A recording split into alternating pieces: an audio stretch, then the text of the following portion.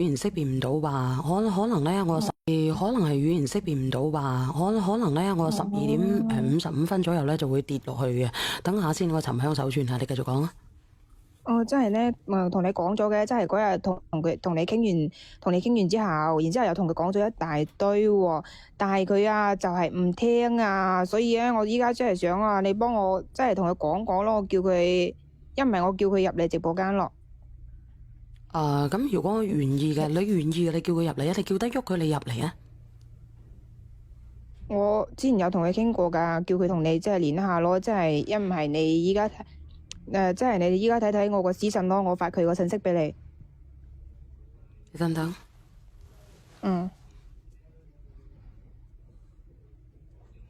你等等我。佢應承咗話，佢應承咗話連上嚟嘅，即係你即係同佢好好咁溝通一下咯，好唔好啊？幫我啊！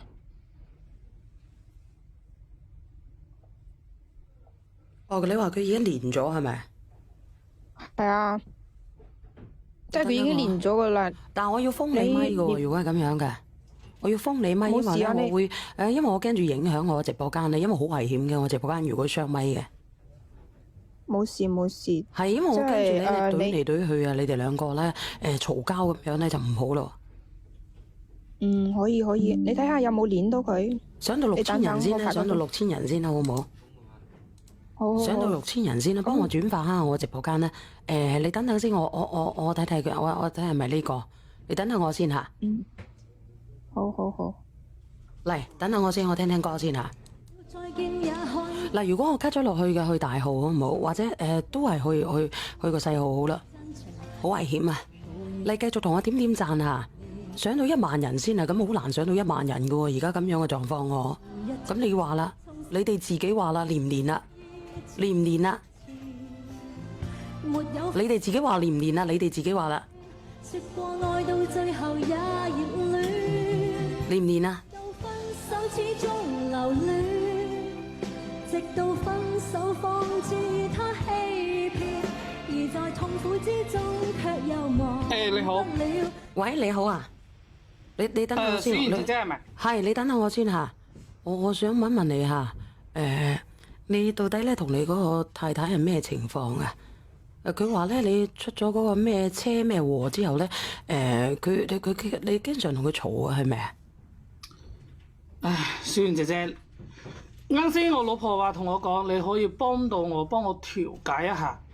係，冇錯。聽咗一下，我覺得同佢講嘅，叫我攬住佢係想叫我上嚟，唔知佢搞咩。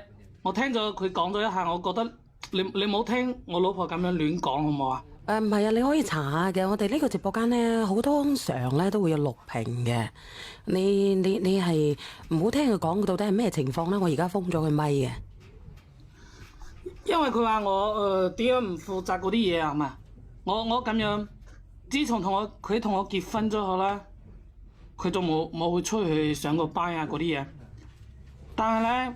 你等等我先啊！我叫多一個咧，嗰日咧連過上嚟嘅講過嘢嘅人，叫多一個，因為咧我講多2句咧，我就會俾人哋 cut 落去，到時候咧咔嚓又要重新拜拜㗎啦。有冇人聽過佢嘅故事嘅？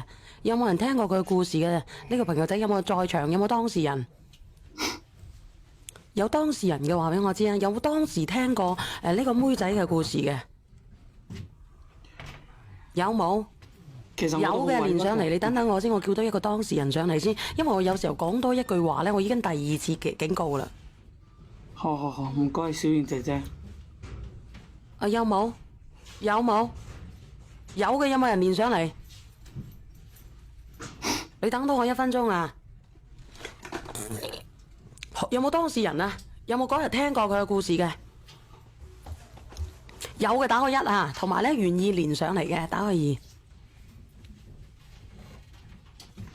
你等我1分鐘。好㗎。有冇人夠膽連上嚟？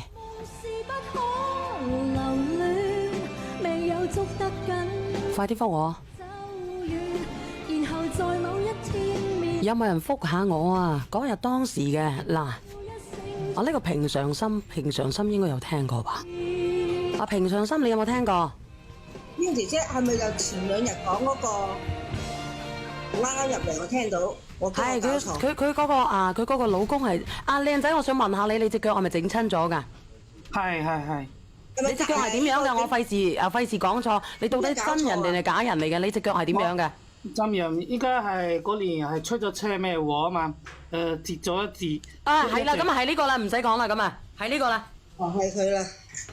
仲要話阿靚仔，係咪你老婆一早出街，跟住去砌長城，係咪嗰個啊？佢我都唔知，佢就話去打麻雀嗰啲啊。係咯。係咪呢個？嗱對得上啦喎。係咪呢個？係咪呢個？因為我都係第一次上嚟呢度，我都唔知唔係，佢就話叫小圓姐姐。我驚搞錯，因為我啱啱入嚟就聽到小圓姐姐講話呢個咩嘢，我驚我搞錯，所以我就問清楚。因為我咧，我驚住兩個人對咧，我驚住佢兩個人捋起嚟，到時候咧又死啦。所以我閉咗呢個姐姐嘅咪嘅。好似賠償咗有20幾個俾你㗎，係嘛？唔係吧？係幾200幾個吧？唔止啊，係。 200幾，我搞錯，我搞200幾，加埋200幾個吧。你老婆就一路都冇做嘢嘅。係，因為我會到而家都唔做揸車嘢啊嘛。係，到而家都唔做嘢嘅。要賣差唔多成2萬幾咁啊。係呢個咧，係呢個啦，唔使問佢啦。應該唔會搞錯，唔使問啦，係呢個啦。我當時我好似記得我有連過上嚟嘅。我因為太危險啦，我呢個號，所以咧我就練咯。咁具體係點樣狀況嘅？具體係嗱，你當時係你話叫我哋唔好聽，佢係咩問題啊？因為佢係我喺直播間聽咗一下，我覺得佢就講成你話叫佢唔好亂講，係你話叫唔好聽佢亂講，因為佢講到我好唔負責任咁樣，然之後咧我就單純嘅嫌棄佢或者嗰啲咩，但係小圓姐姐唔係咁樣㗎，你要諗下。我封翻你嗰個老婆個咪佢，叫佢唔好出聲字就得啦。OK。因為我自從咧我揸車啊嘛，其實都係賺啲辛苦錢，但係諗住屋企嘅老婆仔女啊嘛，我覺得辛苦啲都冇咩所謂。然之後我就去，佢佢冇去上班咧，我都冇咩意見。日個月嘅嗰啲收入咧，我都俾晒佢。但係咧，我2年前出咗車禍啊嘛，出咗車咩禍？真係好陰功啊！你知唔知啊？我冇咗隻腳，我咩嘢都做唔到咁樣。然之後佢態度就開始變咗啊！自從我出咗車個咩車禍之後，佢態度變咗啦，同我不斷嘅嫌棄我。啱開始仲好啲，偶爾咧會安慰下我嗰啲咩啊，但係後面咧時不時講啲嗰啲好難聽嘅嗰啲説話咯。你知啊，我身體本身就咁樣啦，仲要喺精神上咁打擊我，經常講啲好難聽嘅話。為咗呢個仔咧，我都忍咗佢。佢呢2年咧，好難過咁啊！聽到佢把聲音，係因為一個男人啊，你講呢啲嘢真係冇必要。直播間咁多人講呢啲咁樣自己嘅傷心嘢，唉，人哋話咩啊？家醜不可外揚啊嘛！我自己咁樣啦，我都唔想去拖累佢哋。其實我都係有嗰啲咩好內疚噶嘛。唉，佢經常講呢啲咁難聽嘅話刺激下我。唉，但係為咗個仔，我都忍咗佢。經常咧一早打扮啦，搞到花枝招展出去。哦，佢好緊張係嘛？係咪你先係有個人跌咗落去喎？係咪佢老公跌咗落去啊？唔知。應該係啊，佢老婆喺度啊。喂，我記得啦呢件事。喂。呢個匿名姐姐，你等下我連翻佢上嚟啊！點解會咁樣嘅咧？我個號。我記得啦，匿名姐姐當初話想同佢老公分開，我就話俾佢聽，既然你咁，你就分啦，你就淨乜身啦咁，出咩戶啦？但係姐姐係咪其他啲號都係咁樣嘅？我一見就俾人哋 cut 咗落去喎，咁冇話點樣講啲乜嘢嘅而家。係你個，我覺得呢輪都係你個好多啲。其他啲會唔會啊？其他唔會，其他除非係語言識別唔到。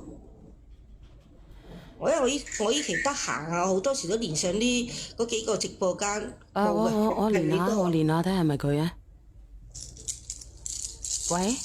喂，小圓姐姐啊，係。啱先係咩？語言識別唔到，語言識別唔到。哦，可能係我咁樣，因為情緒太激動啦。咁我哋唔好爭吵，唔好爆粗咯，係咪啊？我哋繼續咁講咯。